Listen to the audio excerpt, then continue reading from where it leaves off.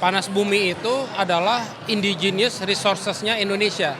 Jadi Indonesia itu negara volkanik dan itu berarti negara geotermal. Dan 40% reserve daripada dunia. Ya, jadi terbesar di dunia.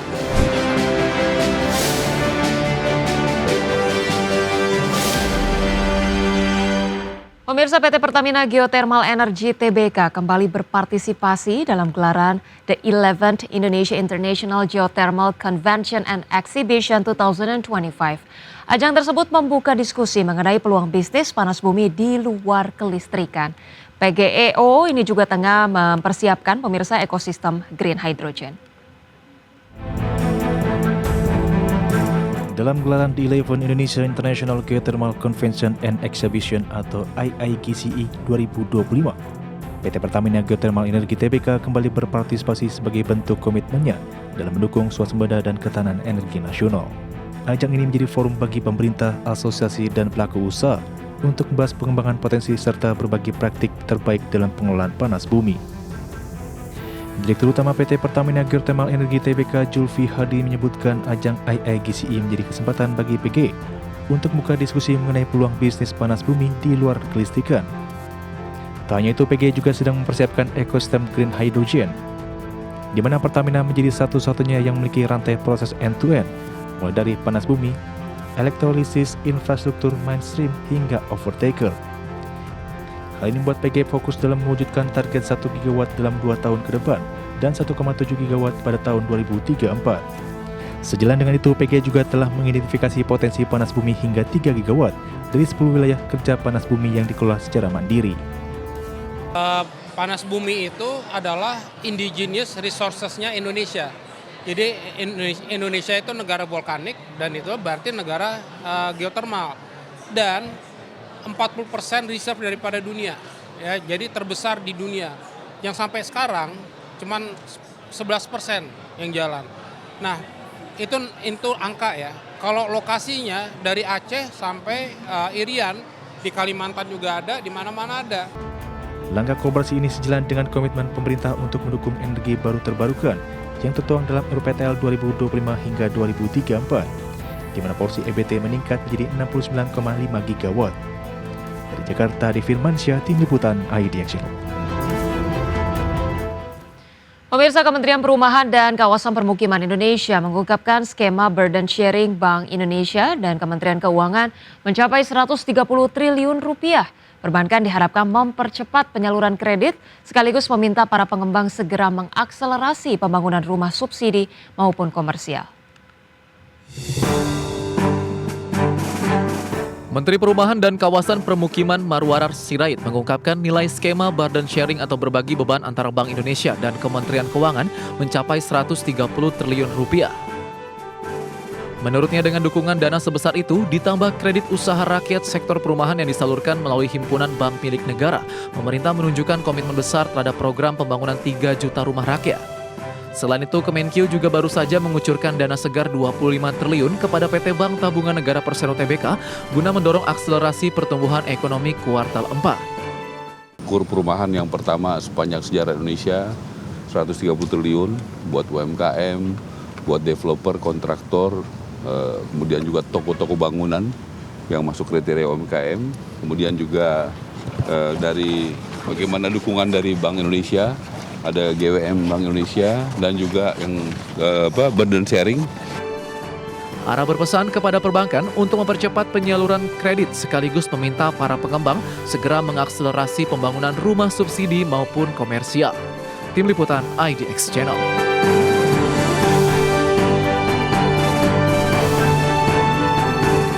Pemirsa, Menteri Keuangan Purbaya Yudi Sadewa mengaku belum mempunyai rencana membentuk Badan Penerimaan Negara menyusul keputusan Presiden Prabowo Subianto yang memasukkan pembentukan Badan Penerimaan Negara dalam program Hasil Cepat Rencana Kerja Pemerintah atau RKP tahun 2025. Purbaya menyatakan masih akan memakai instrumen yang ada untuk mendorong penerimaan negara. Menurut Purbaya, jika ekonomi tumbuh lebih cepat, maka penerimaan pajak juga akan terakselerasi. Meski demikian, Purbaya tidak menampik bahwa 10 tahun belakangan rasio pajak terhadap produk domestik bruto stagnan di kisaran 10%.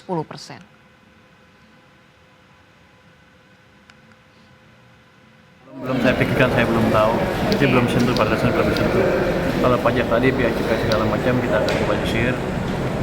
Ada masalah apa di sana kita akan perbaiki. Tapi basically gini, kalau pertumbuhan ekonomi Anda lebih cepat, dari di tempat dibanding yang lalu, pajaknya juga akan tumbuh lebih cepat, lebih tinggi, lebih banyak.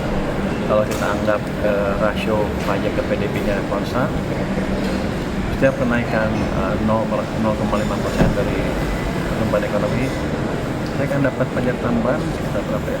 Pertama, pemirsa, Presiden Prabowo Subianto akan menaikkan gaji pejabat tahun ini. Keputusan tersebut terungkap dalam salah satu perubahan dari 8 program hasil terbaik cepat dalam rencana kerja pemerintah tahun 2025. Dalam Perpres tersebut, Presiden juga akan mendirikan Badan Penerimaan Negara serta meningkatkan rasio penerimaan negara terhadap PDB hingga 23%. Presiden Prabowo Subianto akan menaikkan gaji pejabat tahun ini.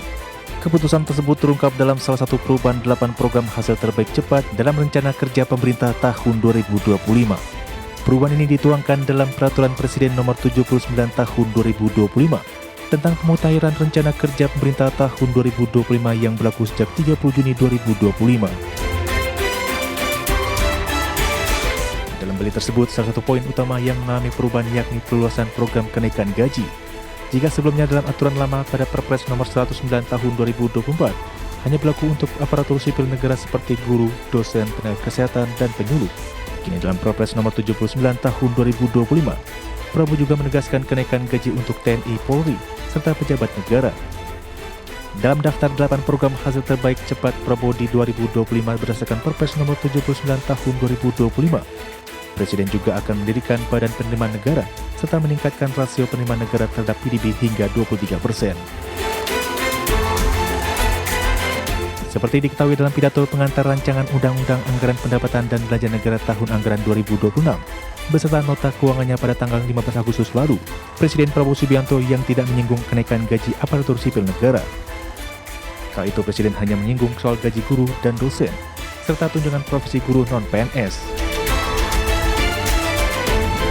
Dari Jakarta, Tim Liputan IDX Channel. Pemirsa, Menteri ESDM Bahlil Lahadalia berkomitmen menjadikan panas bumi sebagai tulang punggung kedaulatan energi nasional, sekaligus kontribusi nyata Indonesia dalam mengejar target net zero emission di tahun 2060 mendatang. Dalam gelaran Indonesia International Geothermal Convention and Exhibition atau IIGCE 2025, Menteri Energi dan Sumber Daya Mineral Bahlil Lahadalia memastikan Indonesia mendorong posisinya sebagai pemimpin global energi bersih, khususnya energi panas bumi. Bahlil menyebutkan pemerintah berkomitmen menjadikan panas bumi sebagai tulang punggung kedaulatan energi nasional sekaligus kontribusi nyata Indonesia bagi pencapaian target net zero emission dunia. Total cadangan panas bumi nasional tercatat mencapai 27 gigawatt atau diklaim menjadi yang terbesar di dunia. Namun saat ini energi panas bumi ini belum digarap secara optimal alias baru 10% yang dikelola sebesar 2,7 gigawatt. Hal ini disebutkan Bahlil lantaran sejumlah faktor, mulai dari kebutuhan modal yang besar, regulasi yang berbelit-belit, hingga tidak ramah terhadap investor termasuk keterbatasan jaringan transmisi listrik. Dan Indonesia mempunyai cadangan yang cukup besar.